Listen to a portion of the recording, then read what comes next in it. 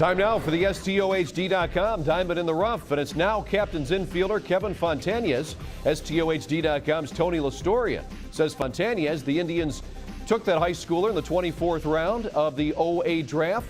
He's an athletic player with hitting skills that are still developing. His biggest asset is his defensive ability, where he showcases good speed, plus range, and a plus arm. He's still very raw and needs time to mature, but has a lot of value to the organization as a versatile defender who can play anywhere in the infield. Well, I've had the opportunity to see him play when he was with the Scrappers. Very scrappy player. The kid can play all four positions if you put him at first base. But what I like most about him is he gets it right now. Granted, he's a high schooler coming out just recently, but as he gets older and understands the game a little bit better, he has the opportunity to play at the big league level because of how versatile he is. Read more about Indians prospects every week on Minor Happenings on STOHD.com and in Tony's book listing the 100 top Tribe prospects.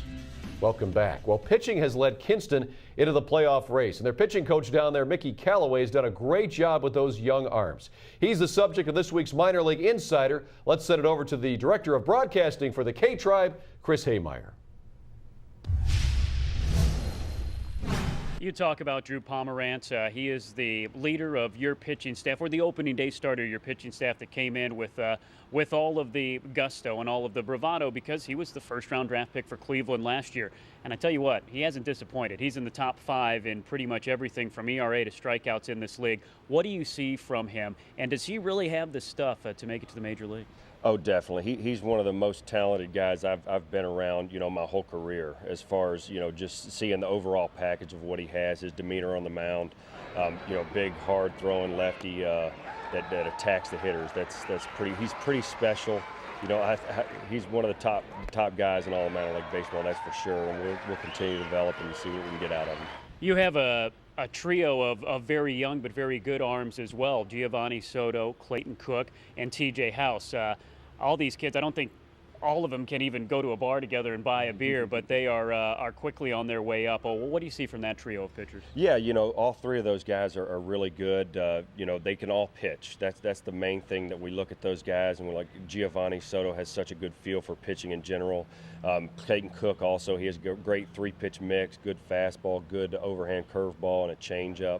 And House, he's repeating this level for a second year, had some success here last year, and has really started to throw the ball better. He has a great fastball and good feel for a change. So all these guys know how to use their secondary pitches at that age, and that's pretty special to have young guys that know how to pitch at this level. Mickey, one late addition to your rotation, he came from the bullpen, Brett Brock. He's special. He is one of those kids that, went through college, did the whole 4 years, and he knows how to pitch.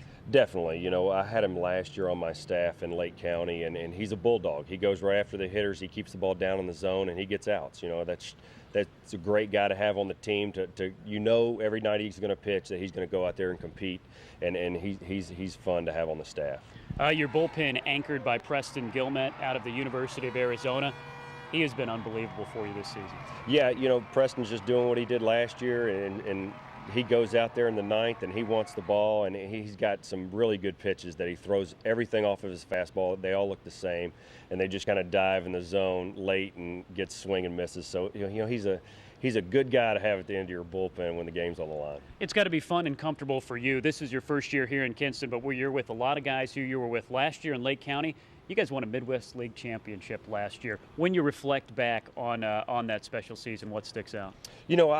For me, of course, it was the pitching staff. We had a great team. We probably had the best defense in the league, but, I'm with the pitchers every day. And just to see the way they performed in the playoffs, and, we kind of struggled the second half of the season, and to just bounce back in the playoffs and pitch the way we did in the playoffs. Just looking back, we played an 18-inning game, and we had, the pitching performance in that game, even though we lost, was unbelievable. We had guys coming out of the pen throwing 6 innings. It was just tremendous. Mickey, of course, before your coaching career, you were a major leaguer. Take us through your major league career, which got you a World Series ring. Yeah, well, I was fortunate enough to sign with the Devil Rays, what used to be the Devil Rays, the Rays now, in their first draft ever. And out of Ole Miss, and I think I was the second player drafted in their history to make it to the big leagues. So I got to play a little bit with them.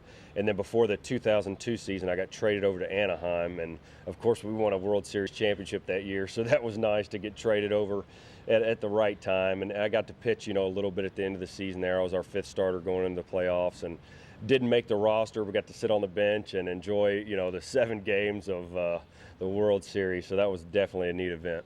For those of us outside the arena, for those inside the arena, that is the pinnacle. The World Series, is it as good as you thought it would be? It's even better. You really can't explain it. Everything from the atmosphere to just getting to hold that trophy, after the 7th game. And it was just unbelievable. You really can't explain how it feels. Thanks, guys. Mickey Callaway, very well respected. A lot of the young players like him, Jason. He's able to get through to these kids, and to be a young coach, that takes some sort of a gift.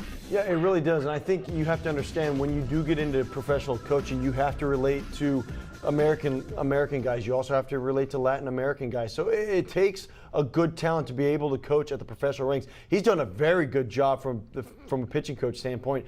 As long as he continues to move up, he has the opportunity at some point to be a major league pitching coach. All right, Mickey Callaway, a nice coach to have in the Indian system. All right, we'll take a break here, but when we come back, still more to give you with Indians Minor League Magazine.